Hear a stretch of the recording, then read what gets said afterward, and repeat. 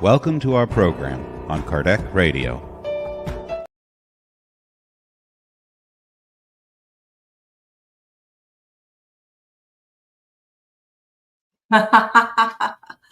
Hello, my friends. Good evening. This is Angy Stewart from InnerLight. What's happening?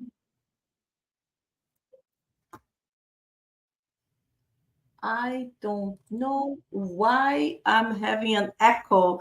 Do you guys hear an echo or it's just me? That's so funny. I'm hearing myself as an echo. But anyway, let's start all over. Good evening, my friends. This is Angy Stewart from miainnerlight, and we are live on Kardec Radio. It's a pleasure to be here. And let me open here the chat so I can start seeing whoever join us. So if you are new here, please understand that you need to put your comments. You need to say hello in the chat. So if you're on YouTube or if you're on Facebook, I do not see these platforms. So if you want to say hello, it's a great way for me to see that you are live here with us. So tonight, we are going to be studying this beautiful book that's called Heaven and Hell. We have been studying it for quite a while. Right now, we are in the second part of the book, and tonight we are going to be studying chapter 4. Chapter 4, we'll be talking about the suffering spirits. I don't like this word suffering spirits, but I like the word of spirits in pain. Why not suffering? Because suffering seems like that. Why me? Why do I suffer? Why not somebody else suffers? Why do I have to suffer? And in reality, we will understand that according to Spiritism, we only go through pain. And most of the times, the pain that we go through are consequences of our wrongdoings. So tonight, we are going to be studying about these suffering spirits and how they wake up in the spiritual realm. So to do all this, I would like to invite all of you to have your water bottle. That will be your medication for the week. If you don't join us on a weekly basis, will be your medication for the month. So you have like a little bit of water. We will pray, and then you have to replenish the water, and the whole bottle will be your medication. And every time it's almost finishing, do another prayer. Ask God and the enlightened spirits to replace your medication again. So these good vibrations will help you to go through whatever difficulties you will be facing in a more positive and in a more stronger way. So I would like to invite you now just to a quick prayer so we can invite our guests for tonight. Okay? So God, our Mother and Father, thank you again for another opportunity to study Spiritism, to understand so many things that are difficult, that are like in a type of a cloud or shade. And this program is supposed to bring the light to it. So in this simple conversation between myself and my two guests, we will talk about so many different topics, and our brothers and sisters will be able to join, asking questions, making comments, and we ask the enlightened spirits to help all of us so we will be able to have a great evening together. So be it. Very good, my friend. So let me bring my guests for tonight. Hello, Brian. Hello, how are you? I'm very good, even better now that I have you here with us. Much, much better. So, Brian, just talk a little bit about you, because that's the first time you're here with us. So just let us know where you are at this moment and how you met myself and Mia InnerLight. So when we Okay. Well, I'm currently in Fargo, North Dakota. Hopefully, I'll be back in the sunshine state of Florida here in a month or two. I kind of miss it. That's been my home now. I got involved with Spiritism back in 2005. So I'm almost at my 20-year mark. And I was with the Love and Light Center in Newark, New Jersey. And as I grew and learned, I got inspired to start teaching. And eventually I got to meet Angie. I got to meet you at one of the symposiums. Like I remember being at the very first one in Baltimore. And then I remember being, as I was becoming more and more involved, I got to meet you and I was invited to speak when you were up in New York. And I got to speak for your center there, Inner Enlightenment, I think like 2 or 3 times. And then eventually, then with the move back down to Florida, reconnected after COVID. And then it's been, and I have a special assignment from Andrea Neto to reach out to as many of the centers in Florida as I can. So I'm attached to many centers here in the state of Florida that I try to help out to the best of my ability, being a American there speaking and lecturing about Spiritism. Great. So I already give you another assignment. On August 25th, I'm organizing, Mia InnerLight is organizing the Family Spiritist Retreat in Florida, and it will be Miami, in Key Biscayne. And we are trying to bring as many Spiritist centers as possible. So that's your assignment. You have to help us to talk about this beautiful event that's going to be August 25th in Bill Bags by the end of Key Biscayne, that gorgeous park. Let's see how many people can come. I will give you all the details, and hopefully you can help me. Thank you so much. Look forward to it. Right before the symposium, too. Great to have connected back with you. So now we have Sonia. Hey, Sonia, how are you? Fine, how are you? I'm good. Thursday night. Brian, nice to see you. Good to see you too.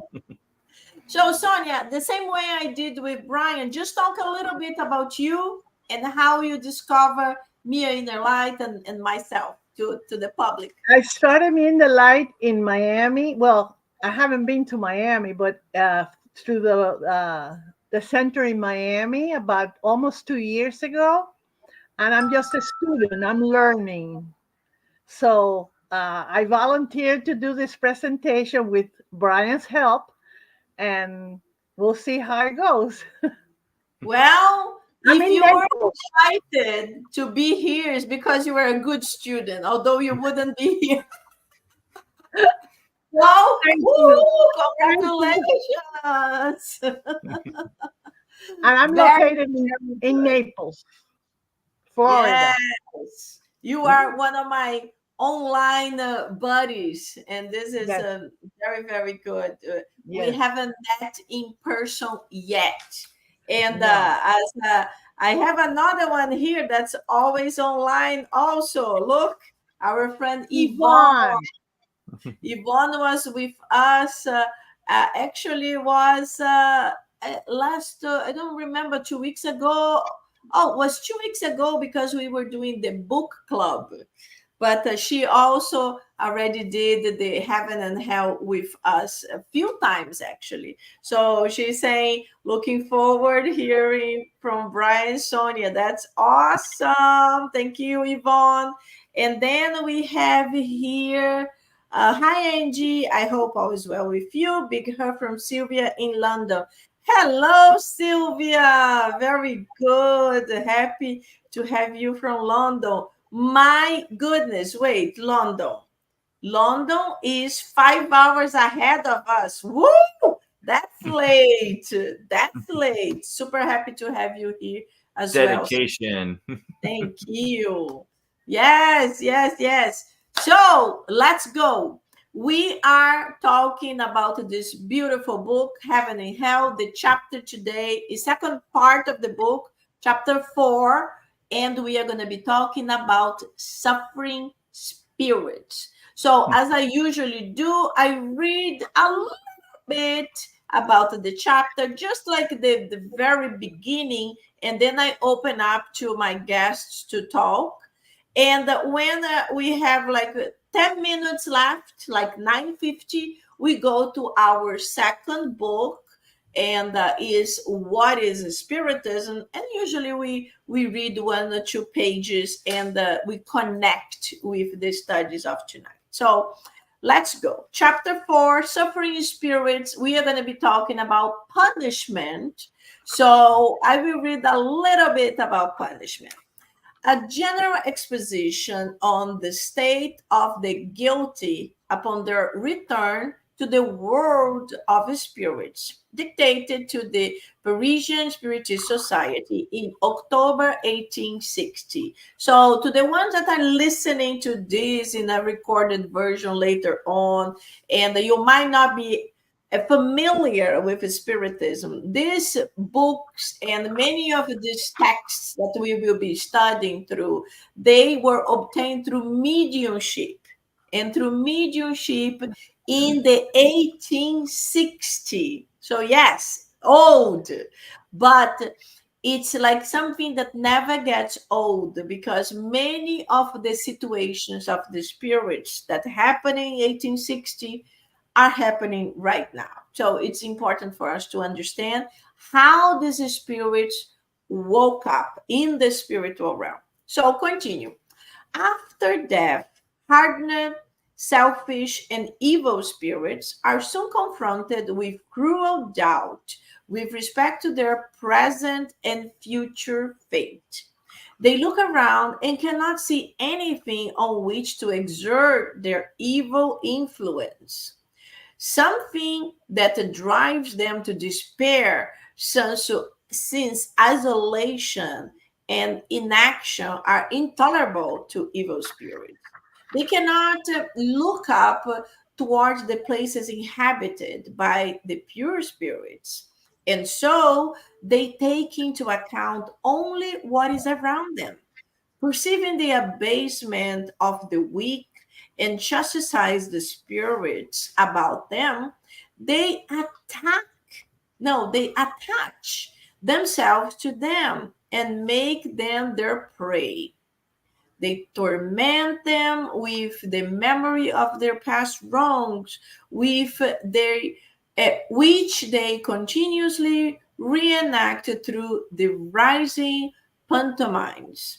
Since this mockery is not enough for them, however, they flock to the earth like starving vultures, seeking among humans a soul who opens up easily to their temptations.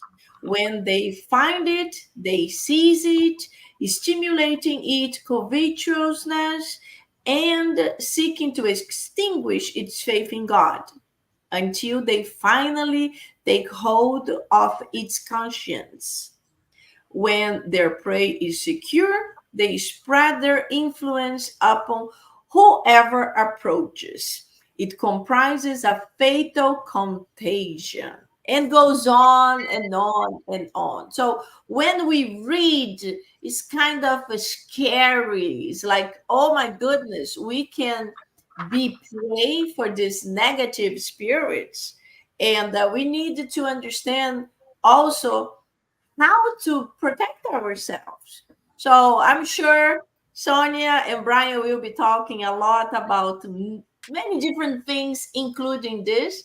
But it's good for us to understand that the prayer is much more than just few words that we say, but it's really what connects with our heart and what attracts the good spirits to us, so we can receive their help, their guidance, and also their protection. So, my friends, let's go. what can we talk about the suffering spirits? Like we have like 40 minutes to go over, like 40, no, like 30 minutes to go over. So you both have to summarize the way you prefer. Well, we were going to do this one as a bit of a discussion amongst ourselves, as a bit of an interview.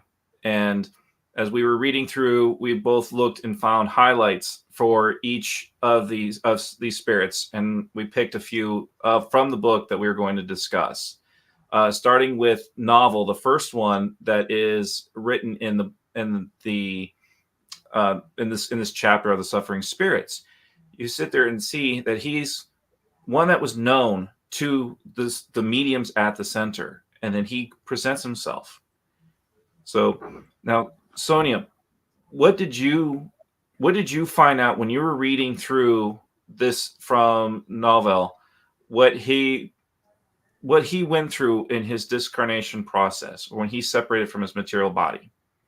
Well, what I found, especially with all the spirits, that when they separate from the body, that they have a lot of confusion, attachment to the body, and they're feeling a lot of pain because they're sort of like disoriented, and they're asking God to forgive them.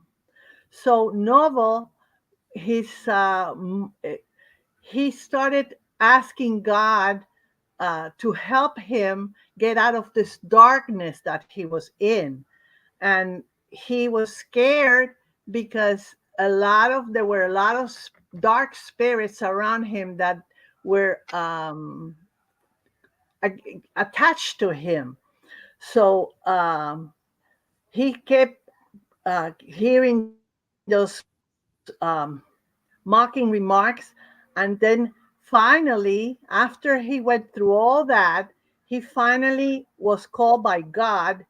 And the first time, a tender sentiment of relief surrounded him. So that helped him, and he listened to the teachings that the spirits gave him, and all the prayers that the mediums were doing for him. He got a lot of help from the mediums that he was connected to. So let me understand. Do they give us any background of how was his life when he was incarnated? He was he was 21 years old when he died, and he was it for him, it didn't specifically said what kind of life he had. He was only worried that he was in the dark and he had a lot of pain and could not help himself for God to forgive him and help him get out of that sentiment. Mhm. The other spirits did have, like we have another one that's Michelle, that he was he didn't do any bad, but he didn't do any good either. So in other words, he didn't do a thing. And he died he fell from a carriage, and that's how he died. But he was um so much, was doing so much suffering that he kept coming to the medium to tell him to pray for him, that he needed to go to his where he was buried to pray for him because of all that he was suffering, because he knew he hadn't done any good while he was alive, and he wanted to be forgiven. Which Yes. one thing I found out, again, God is so great that he even these evil spirits, he helps them to get out of the confusion and what they're suffering while they're uh, roaming in the Yeah. darkness. To give a little summary to the people that will be listening to us and did not read the chapter, it's good for us to give a little bit about each spirit if we are talking like very personal like this. So I just see Michel Auguste. It's mentioned that he was rich and he was a young bon vivant, like he had a good life and just enjoyed life. And they mentions that they enjoy the life largely in a material way, exclusively materially speaking. And then said that he was intelligent but indifferent towards serious matters. What was this his characteristic trait? So it's good for us to have an understanding. He was rich, he just enjoyed life, material possessions, really didn't care about much in life, had like a kind of easy one. And he says, non-threatening, good rather than evil. So he was not evil, he was an okay person. And he won the hearts of his companions in revelry because of his qualities as a man of the word. He did no evil, as you mentioned, Sonia. No evil, but no good either. No good either. And we see this type of people all the time. People that are not bad, they don't kill anyone, but they don't do much good either. And many times they are really how can we say lucky. We don't believe in luck. Everything there is there is a point in spiritism, but he was born in a family of possessions, and we usually expect people in a family of possessions to do good, even for the society, to go to school, study, I don't know, medicine, help others. But in this case, we can see he was a kind of more or less person. But when he died, he woke up in a negative way, as you're mentioning, surrounded by difficulties and negative spirits. And something that else has been coming up too is we're seeing with this one, and we even see it a little bit with Novell, that since they didn't really have much of a spiritual background, spiritual knowledge, whether going to church or anything like this, they ended up staying stuck to their bodies upon passing. And so you have both of them saying, like, I know I'm dead, but yet I still feel the pain. I'm still tethered to my body. And it's like, I can't break free. And this is part of it, as we mentioned before, these spirits start crying out for help. And they find out that by doing prayers, people will come and help assist them and alleviate some of their sufferings. They can't get rid of all of it, but they see that it does help them find some relief. And as you're saying here with Michelle, we were mentioning this here, we're doing no good. And then he kind of saying, I mean, we all see that in our day-to-day lives. Especially as we get older, we say, is this all I am? Could I have done more? We start thinking about ourselves. Usually it's part of our midlife thing. And here's a spirit doing it too, but he says, like, that's his entire life. He did nothing with. He did no evil, but he did no good. And he starts to see that he could have done good things in his time frame. He's starting to see it. Now that he's passed on, he's becoming aware of it. And this chapter especially, we're going to see many of these cases where they come back and say, don't be like me. Learn from my mistakes. You learning from your suffering not only relieves my suffering, but it stops you from having to going through what I'm going through. Yes. And we have a comment here from Juan.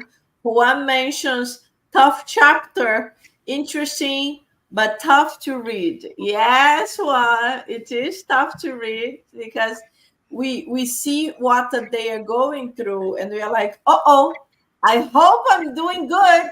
And if you are not, it's better you pick up immediately and you start doing good, because it's tough to wake up in the spiritual realm and realize, oh my God, I could have done a little bit better, and it would make me feel so much better at this time. So tough.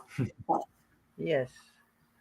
So So what else? What else can we talk? We go to a we, different. Well, I was going to move yeah, on to a the bit, one with the bon vivant. So yes, that's Lisbeth Bordeaux. She only yes, cares about herself. She lives. She only cares about her. She's self-centered, and that's all she cares about.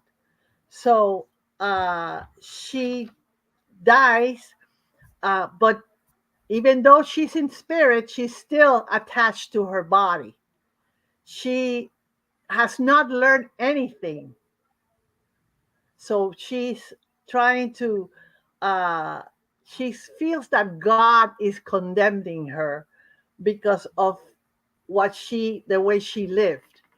And the mediums knows that she is learning something because uh, she's noticing, she sees what she has done wrong, because at the beginning they feel like they haven't done anything wrong. So they don't know why they're in the dark, they're in pain, they're confused. But that again, this spirit, she continues to believe that she has not made any progress at all.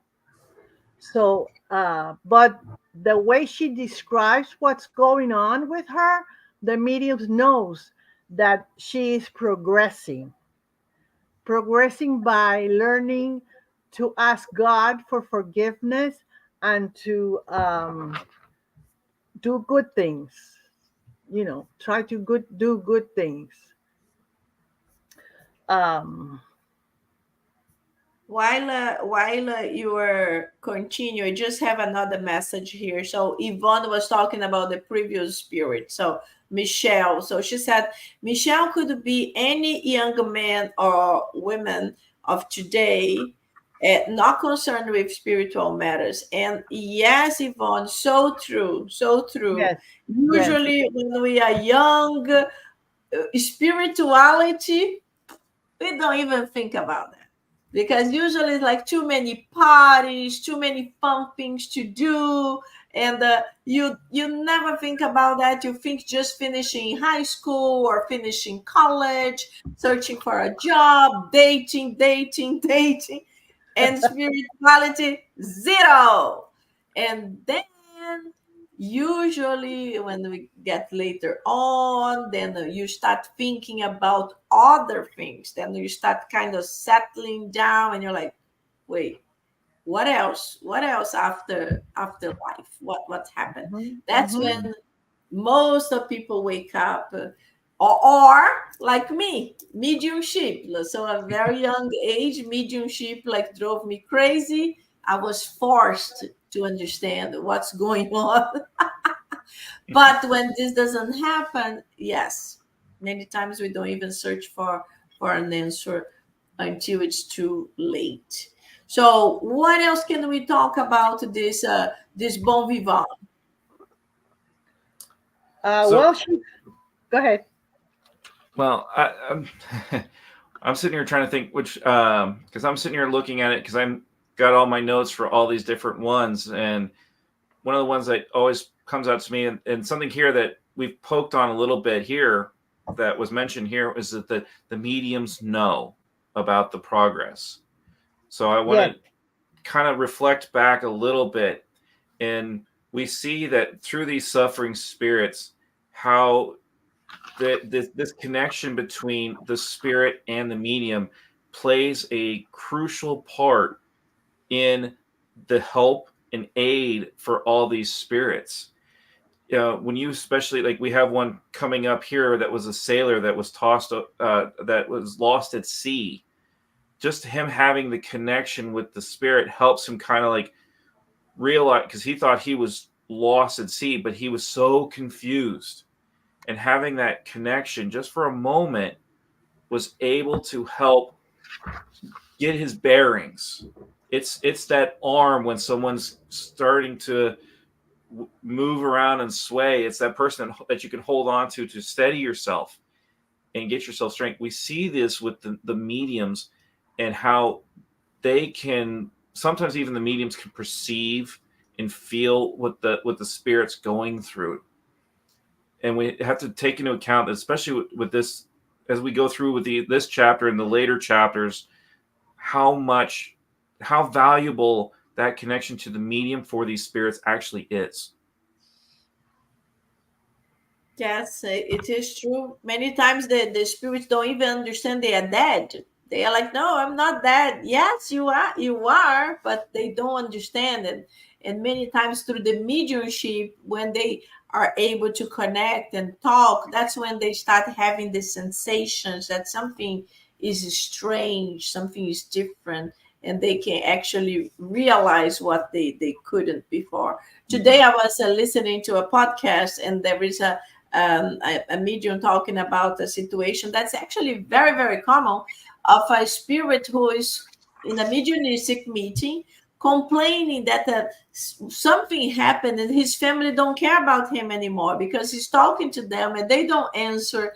And he is saying that I always sit by the head of the table and now my son sits on top of me, ignoring me.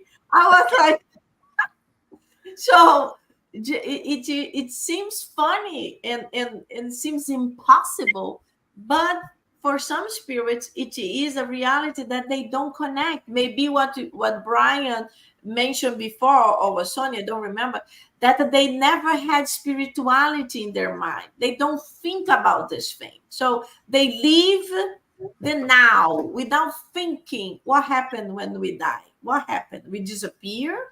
So that's why it's so important for us to talk about it, because we actually understand the body will disappear, but the spirit is immortal. The spirit Yeah. don't die. The spirit lives forever and will live in a similar way it lived on earth. So if it was a good person, we'll have a good awakening. But if it was a kind of more or less not good at all, we'll have a hard time when we wake up like, oh, surprise. Not Not good. not just down. Remember, we just talked about a spirit that just held the level. It's not, you can't just be neutral. You have to progress. Even if it's a baby step, you have to progress.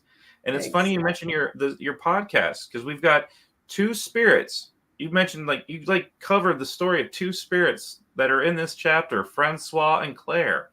Francois, Yes. the miser, the one who's just like, all he cared about was his money, not even sure he's dead. And he's sitting like, they're wasting my money. They're wretches. Give me back my money. And he doesn't even realize he's dead.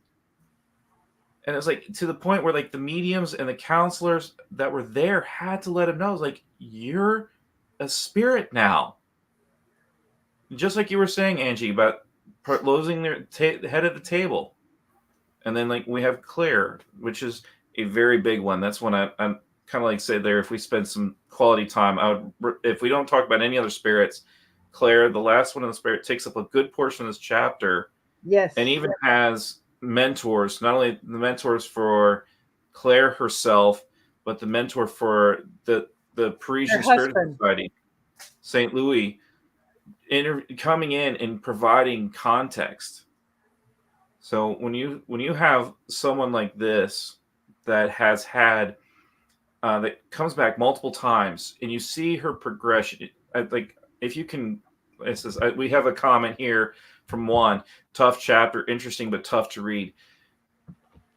Yes, it is tough to read because it's one of those things that does force you to reflect. And Claire is definitely one I would encourage everyone to go take the time to focus through and read. Because Sonia, when you saw that, when you read Claire's story, what immediately came out to you? Well, let us know a little bit about Claire before she died. How was her life? Well, she was also a rich person, and she was self-centered. She only cared, again, about herself. and she had a sense of pride, and she was very her conduct and her character were not very moral, but again, that, like Brian says, she was very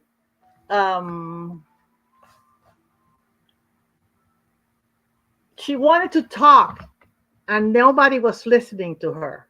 The mediums were not. She kept saying, I'm here, I'm here, and they just knew why she was there, and they knew why had happened, and how she it doesn't say how she died, but it says how she lived, which again was she had a very exaggerated life, and just spending her money and just caring about herself and not caring about anybody else. Even her husband came and tried to for her to help him to get out of the darkness, and she just put him aside and didn't Wow. help him. But Mhm. um, she struggles with changing and trying to do what she's supposed to do, and she's telling the media what they need to do. They need to pay attention to what she's telling them, because she cannot believe that she can't do what she wanted. So and she Tough keeps telling them, cookie. yes, yes, yes, yes, and she's telling them, make the others pay attention to me too, because I'm talking right now. Mhm. So, and she's trying to do better, but very slowly, because like you said, she's a tough cookie. She's a tough cookie, and she get a lot of uh, information from Saint Louis, and she's tormenting herself, and um, he is trying to explain to her the difference between what she's going on and the divine uh, morality, and she's trying to learn from what they're trying to help her, but Mhm. uh, she finally resigned and to what she is going through and what she needs to do, especially when they learn that they have to be reincarnate to do to save themselves, to go to the next realm. Mhm. I want to read this one sentence from this chapter here that St. Louis provided about Claire's case. And it says like um, she did nothing against human justice. On the contrary, she enjoyed what you might call earthly happiness, beauty, fortune, pleasure, praise. Everything smiled on her. We were sitting here saying, what is one of the things that as we go through reading through the Spiritist doctrine, one of the things we keep seeing is the material aspects of life and Yes, how dangerous it can be, how poisonous it can be when when you focus only on the material and not, as we've mentioned a couple times, the spiritual side. Because here's someone that had it all. She had the beauty, the fame, the fortune. She was she was happy on earth, and yet when she crosses over, she's suffering. And one of the things that as I was reading through the chapter, one of the things that got to my attention is like she's no longer the center of attention. exactly, So, exactly. and I was gonna say, to use a cultural reference, I'm sitting here looking at this is like it's funny we're having we're reading doing this chapter now after for those that watch Netflix, the Bridgerton series, the new season popped out a couple weeks ago, and this type of stuff is what that series is all about. What is the name of the series? Bridgerton. Oh, yes, I want to watch it. Okay. So when you start to see, like, and oddly enough, since that's kind of like set in olden days, and we have this here, we have Claire, which is, you can sit there and draw those parallels and sit there and say, here's someone that was on the ton, everything else, had the beauty, the fortune, everything else. See, everyone was approaching her to, like, going for her, but did she make good use of it? And this is what ended up being it, because when she passes on, she's no longer the center of her attention, and she's finding out that she was essentially useless. Yes. Not in the grand scheme of things. And then that's became the cause of her suffering, is like, she may have been the center of attention, but she didn't, again, as we've mentioned before, she's not using it for good purpose. Wow. So until now, all the spirits that you guys talked about, none of them were really bad spirits. Were just kind of more or less. So none of them like were murders or really like did something extremely bad. They were kind of okay, and they are already having a hard time in the other side. Just because we don't have a lot of time, is any of the list of spirits in this chapter someone that was actually bad that you studied? None of them were mentioned like that. Wow. No. So can you imagine if the ones we are talking about here, they were all kind of more or less, and they woke up to have a hard time? Imagine the ones that are not more or less, that are actually negative and even evil, because we know so many spirits, so many people who commit horrible crimes, and the whole society gets like shocked when they discover certain things. And imagine how is their awakening in the spiritual realm. So That would be interesting to know. Stay tuned. That's a later chapter. Yeah. As we study this book, we see that Kardec is very smart. He organizes the book in a way that starts beautiful. It's all the enlightened spirits, all the good ones, how they woke up, what they did, and how many hours took for them to wake up after they die, and everything. And then it start like from here, start going here. We are kind of here now. And so next chapter we're gonna and then tough. Yep. Very tough. Actually, I remember when I was first introduced to this book many, many years ago, it was actually recommended for me to start with part 2, read all of part 2 first, and then go back and read part 1. Just because as you study all these cases and figuring out what goes on, it's like you're sitting there like, oh, what happened? How this happened and everything else, and then it draws you in so that you would go back and read the part 1. Yeah, no, it is true. It's actually very good because the part 1 of the book is very much like a study, a lot of things to understand about Spiritism. And people that don't like to study, and these ones that just like to go to lectures, for example, they are not really into it. But if you go to chapter 2, part 2, and then you see all these things, you don't understand why this, and then can triggers them going to the beginning of the book to really understand the why of everything, because everything there is a why. There are no coincidences in life. So very interesting. So we have like very few minutes. Is anything else from this chapter that you think it's important to mention? Something different? Maybe we can have like 5 minutes to compensate and talk about another person. I would say bring up Yvonne's comment, the most recent one. Okay, let's see what Yvonne said. So it seems that even though these are suffering spirits, they seem to eventually have remorse for the wrongs they did in life. Yes, Yeah. but what I'm saying, Yvonne, is that they didn't do so bad, and they are already discovering the remorse for whatever not good they did, like the ones that haven't done anything good. So imagine the ones who actually did something bad, how they wake up Mhm.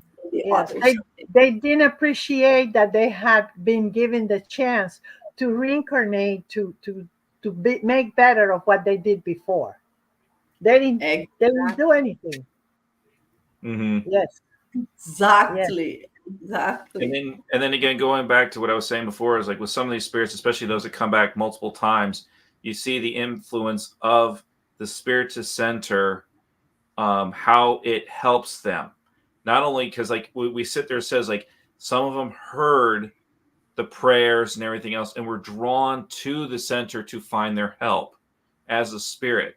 And then you're seeing them as they're getting going through and being the consultants, consultations, and everything else, where they're being talked to by the coordinators that are there to sit there and like talk to them and help them educate them, basically teaching a spirit while they're connected to the medium and enlightening them, and they're starting to realize.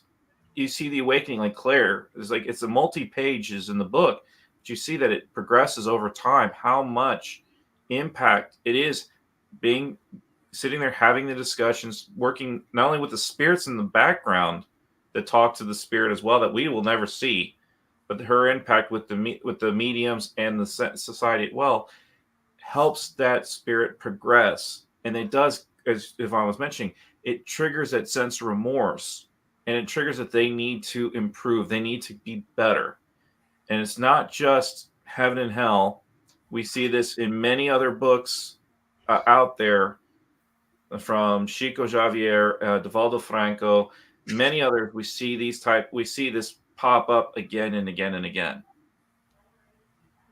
Yes, that's a very interesting, because sometimes spirits, the remorse can be really quick, because they start feeling pain and they immediately start thinking what they have done to others, why they are going through. But in certain spirits, I think was Sonia who mentioned, never can even realize did something bad. It thinks like, oh, I'm perfect, I never do anything wrong. And this is more difficult for them, because it's like, how come I'm here? It's kind of similar to the book Nosso Lar, Astral City, where yes, the main character, Andre Luis, the spirit, he's a doctor on Earth, and he dies. He goes to lower zones, umbral, and he keeps hearing the other spirits telling him, suicide, suicide. yes. And he's like, everybody's crazy, because I didn't kill myself. I And I know. had a heart problem, I had a stomach problem, I have all kinds of problems. I did not kill myself. And it takes a long time for him to understand his actions end up killing himself. He didn't shoot himself, but he did lots of other things that end up deteriorating his body. And he woke up in the lower zones, and then it starts take a long time for him to understand he really had to pray for help, to start opening up, to start Mhm. connecting with something that's good. So we are all different, and we all take more or less time to wake up to what we have Mhm. to do. Oh Or to my. use, or one for Andre Louise. One of the things too was being a doctor. He knew the harm. Like for him, he smoked. He knew the harms of smoking, and yet he still did it. And that's one of the triggers for the suicide was is like, it's, you knew it was bad for you. You should have stopped. Exactly, exactly. But temptation, he didn't. But yes, you are totally right. So I just have the last comment here is Nachi. Hey, Nachi. So she says, "Hi guys, that's a great subject." Yeah, it's a tough one. It's a tough one. So, any last words before we finish this chapter of Heaven and Hell and go to the other book? Let's bring on the other book. Yes. Very good. So let's go to the next book. So this book, I'm going to share my screen to you guys to see it. This is our book called What is Spiritism? So in this book, Kardec summarizes lots of important items in a style of conversation. And now we are in chapter 2, and we are talking about the mediumship, and we are talking about the dangers of mediumship encounter. So in these portions here, in these few items, we are going to talk about many of the problems the mediums face. And so I summarized the items, like the most important items, in blue. So I invite all of you to read the chapters. It's a thin book. It's not like a very thick one, and it's really, really good. But just for the purpose of time, I kind of summarize. So, Brian, I will take you and Sonia to read and comment. So this one, could you read number 70, but just the blue part, please? Just the blue part. All righty. Number 70. One of the greatest dangers regarding mediumship is obsession. That is, the control that certain spirits may have over mediums by imposing themselves on them with apocryphal names. This is also a danger to the new and inexperienced observer. So this is just summarizing what can happen in a mediumship meeting, for example. So let's continue. Can you do 71 as well? Sure. Oh, you're going to do it? I'll Yes, do it. Go ahead, Sonia. Then Brian comes back. So Brian, pay attention. You will do the explanation of 71. Go ahead. Obsession presents three main well-characterized degrees: simple obsession, fascination, and subjugation. In the first, mediums are perfectly aware that they are not receiving anything good, and they are not mistaken about the nature of the spirits who insist on manifesting through them, and from whom they would love to disentangle themselves. This sort of case is not all that serious. When the spirit tries of not being listened to, it leaves. Fascination is much more serious in that the medium is completely deluded. Spirits who control them gain their trust to the point of paralyzing their judgment and analyzing their communications and making them believe that the most absurd things are truly sublime. Mediums to believe that only what they themselves write is good, just and true, rejecting and even regarding as evil all critical advice and every critical observation, to break off relations with their friends rather than admit that they have been deceived. Okay, so Brian, can you quickly summarize this 71? The three types, when you have the simple, fascination, and subjugation. So simple ones, I always used to use the example of many of the old cartoon series. You'd have the angel on one shoulder and the devil on the other. And the simple one is kind of like the devil on your shoulder that's always whispering into you and telling you, hey, do this, everything else. It's like, wouldn't it be cool to do that? You kind of get that feeling. It's like, you know, you shouldn't do it, but you have this feeling like you maybe should. That's a way of describing a simple obsession. Fascination is much more subtle. It's very tricky to pick that one out because it makes you feel like as it mentioned in the text, it makes you feel like you're the one, like you're special, like I'm giving you the secret knowledge to the universe, secret knowledge to make money. Like you get all these type of things which you see where they feed you full of ideas to make you feel how special you are. I hate to use the term sweet nothings, but that's basically what the spirits are doing, whispering a bunch of sweet nothings that lead to nothing, that leads to nothing in the truest sense of the form. And then you go into subjugation. That's the hard one. That's the things that you see put in movies that requires an exorcist. Those are the ones where the spirit actually is dominating the spirit of the person in the body. And that is a very painful situation to see. It's so hard. It's tragic to see that happen when you see that in real life. Or like as we read through, there's several books that contain these types of things. But if you want to back out to like what we were just reading in Heaven and Hell, you start to see in the documentation that it's like there's a link between those two. The subjugator and the person, they have a connection, and it's one of those things that for the mediumistic meetings that work with them, they have to break the ties off, but still recognize that both people have a stake, because in many ways it's a misunderstanding. It's one was slighted against the other, and they took it and they just really got upset by it and got really hurt. And they lashed out violently in a spiritual sense. Wow, you did a great time summarizing. Really, really good. And exactly like this. So, Sonia, can you read for us 72 and 73? The blue part. Characteristic of evil spirits is that they give orders and expect to be obeyed.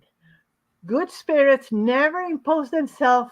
They provide counsel, and if they are not hurt and they are not headed, they withdraw.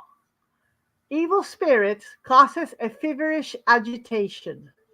Good spirits, on the other hand, leave a calming and gentle feeling that instills a sense of true well-being. Subjugation, which causes to be called possession, is a physical coercion exerted by spirits of the worst kind, and it can even neutralize the obsessee. Free will. It is often limited to simple disagreeable feelings, but sometimes it causes disorderly movement, foolish actions, screams, or incoherent or offensive words.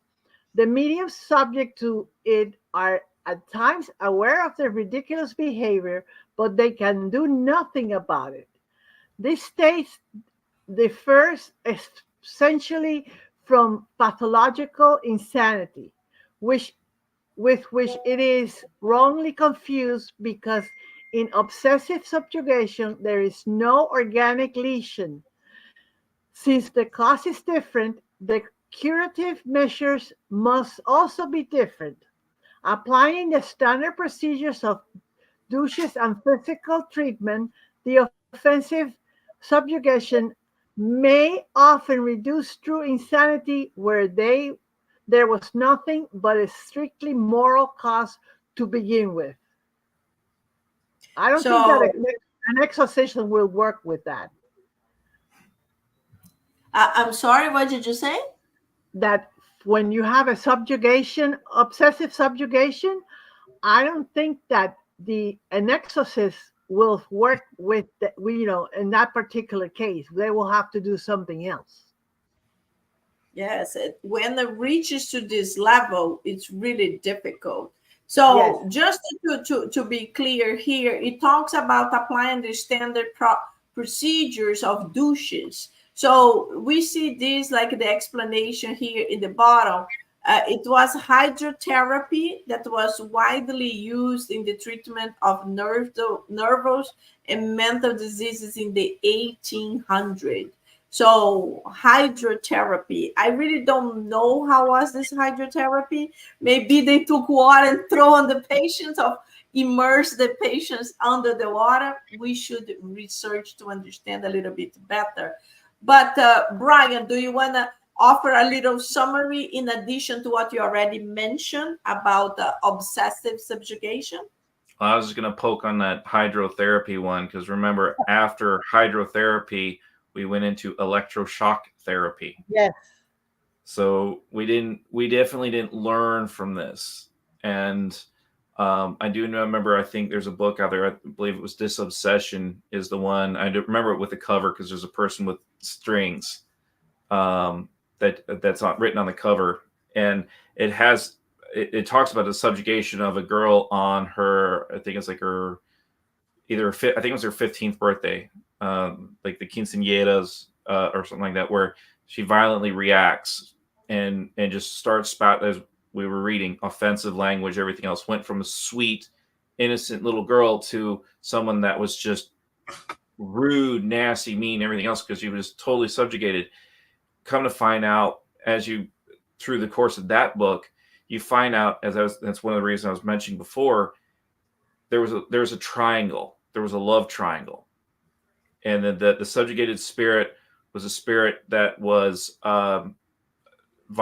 going against a former lover that was that was the spirit of this little girl, not realizing that, and then that I think her father or something, another family member, was who she left with.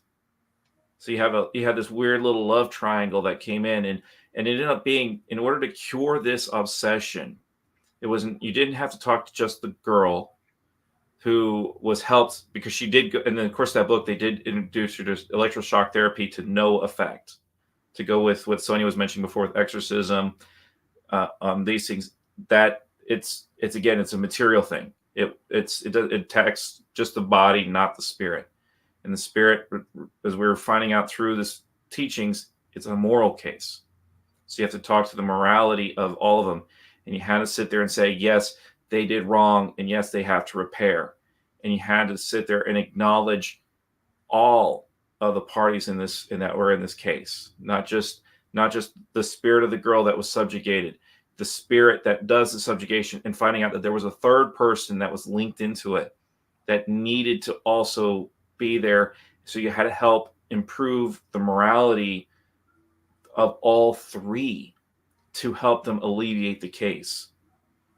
And it would come to find out that as things would go on, you would usually see that the spirit that did the subjugation would usually be introduced into the family as a new member, a child into the family, so that person that was scorned now gets love, even in a different way. Yeah, it is for people that are new to Spiritism. It can be something very complicated because they don't think about previous lives. They think of the now, whatever is going on now, and the science, as we mentioned, so many different types of therapy, even the traditional ones, psychology, other therapies, or even psychiatry. They end up talking about the problems of the body. But when we study Spiritism, we understand that many times, I'm not saying there are none, but many times are the problem of the spirit connected to a past life. What we have done in the past life, we did to somebody else, and we hurt them, and we connect them in spirit. So when we return to life, and this spirit we didn't forgive us, it will cause very tough situations. And this particular case was like this. And the worst is that this subjugation started in her Sweet 16 party. Imagine the big party. The father was rich, was having the moment that she's gonna dance with her father, and then she just start like cursing and saying horrible things, especially to her father. So it was a shock, and everybody thought she had gone mad, she went crazy. But in reality, it was the spirit that discovered that he could connect with her easily and kind of take over her mind and start making her to say certain things. So there is so much to learn, and it's so interesting. So I recommend all of you to read more about spiritism. That nowadays there are so many books in English. Google Kardec, get this book, What is a Spiritism? Get the other book, Heaven and Hell. Participate of this program and so many others. YouTube is there to help you to get all this knowledge. But of course, we are here also once a month to help you out. Very good, my friends. If you are listening to this in a recording version and you are here in Miami, just come to our center, miainnerlight. We are on Coral Way and the 21st Avenue. Send me a message. I can send you our address, phone number, and you can join our group. It is fun every Tuesday from 7 to 8:15 p.m. So now we are finishing our fun time, and I would love to ask Brian to do our final prayer. So we will be prepared for next month when we are going to talk about the suicides. My goodness, that's tough. That's much tougher than this. Like who said was Juan. Juan, if you thought this chapter was tough, wait for next one. They get tougher. Yes. Very good, my friends. Okay. That's great. Yes, let's all bow our head in prayer. Dear Lord, wonderful Master and mentors of us all, near and far, be with us now as we part company. Let the knowledge we've received today inspire us, enlighten us, give us pause to think on how this can be adapted into our lives, how we can improve ourselves so that we do not become the suffering spirits or fall the victim to this myriad of obsessions. Let us go forth from here now with this wisdom of this recent teachings, as well as the love of wonderful Jesus, our God, and have that love spread about us, not only about us, but through us, so that we may go forth and help those we encounter in our day-to-day lives, so that we may improve their lives and help them see the wonders of light and love that we received here tonight and share that with them, that we may guide them and everyone else to a better place. Amen. Amen. So be it. So be it. Very good, my friends. Thank you so much for being here with us. All of you that listen, all of you that will be listening, the recording version. And a special thank you to Brian and Sonia for being here, for helping us with this tough chapter. And I hope you all can join us again next month in another beautiful chapter of this book. Mwah! Thank you so much. See you all soon. Bye. Bye. Have a great night. Thank you. Bye bye.